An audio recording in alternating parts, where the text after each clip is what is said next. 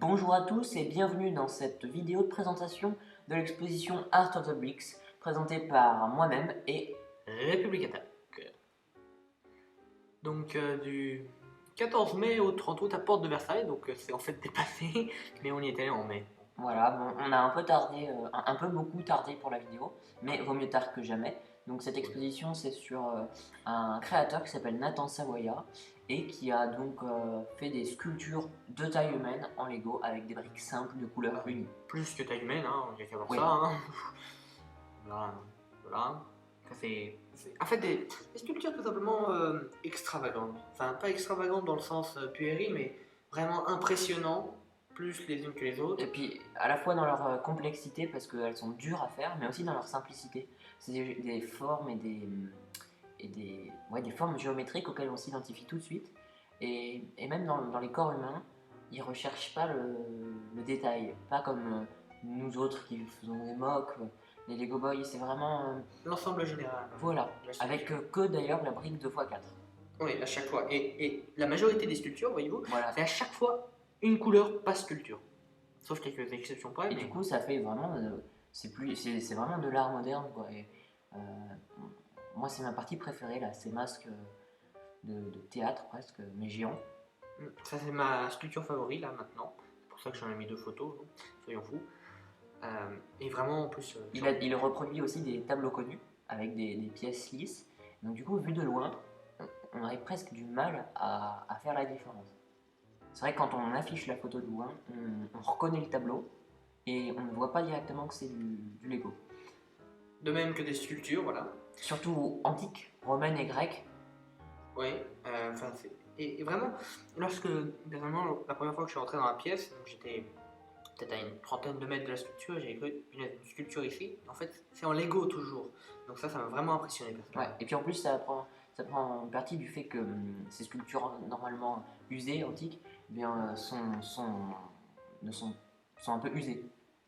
Et un vitrail maintenant, voilà, donc magnifique. Ça laisse passer la lumière, c'est rayonnant. Enfin, il y avait même une ombre. Enfin, la lumière venait sur le sol, même, c'était magnifique. On se croirait presque dans Notre-Dame. Donc toujours des peintures après.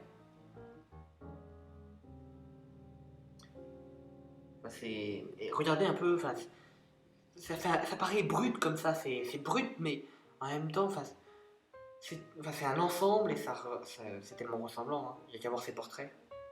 Ouais, on dirait de la photo. Il y a vraiment de la photo. Et puis là, maintenant, la sculpture la plus connue. Enfin, personnellement, moi, c'est par celle-là que j'ai connu l'exposition, ouais. puisqu'à travers toutes ces sculptures, il illustre des thèmes quand même.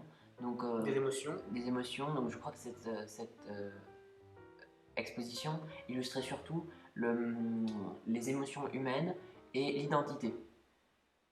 Ouais, alors moi, je suis dans un truc un peu plus concret, c'est-à-dire les briques. Voilà, je suis pas très élevé peut-être là-dessus, mais enfin, ces briques, c'est aussi très impressionnant et enfin, il doit également avoir une grande patience parce que c'est un but à atteindre.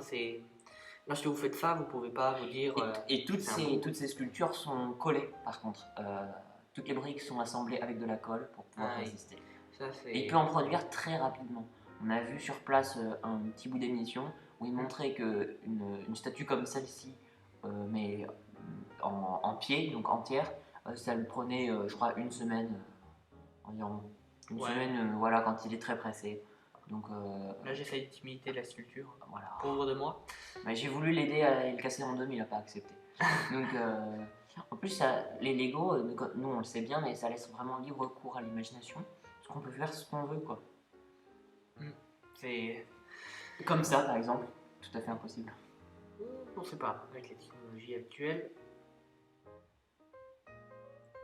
Et puis après, là, une de mes favoris aussi, là, on dirait qu'il a subi un obus. C'est un peu de l'humour noir, mais c'est ça.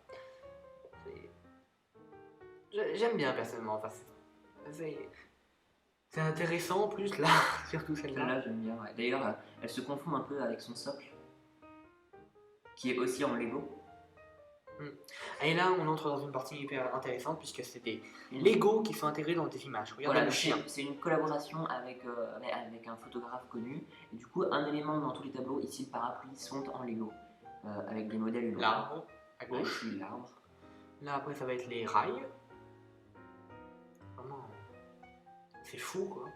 Et Ici, puis là, la robe, ça c'est ma photographie favorite. Enfin, c'est tellement bien intégré. Regardez-moi ça.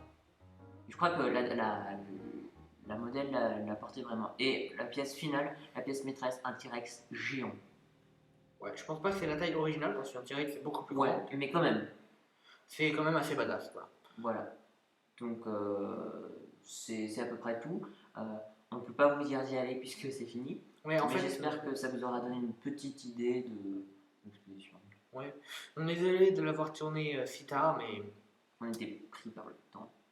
voilà, un peu beaucoup trop. Donc, personnellement, je vous remercie beaucoup d'avoir vu cette vidéo et j'espère que si jamais l'exposition Art of the Bricks se présente dans votre ville, et ben, que vous irez. Voilà, ou même si vous avez des questions à nous poser, n'hésitez pas. Allez, ciao, à plus. See ya!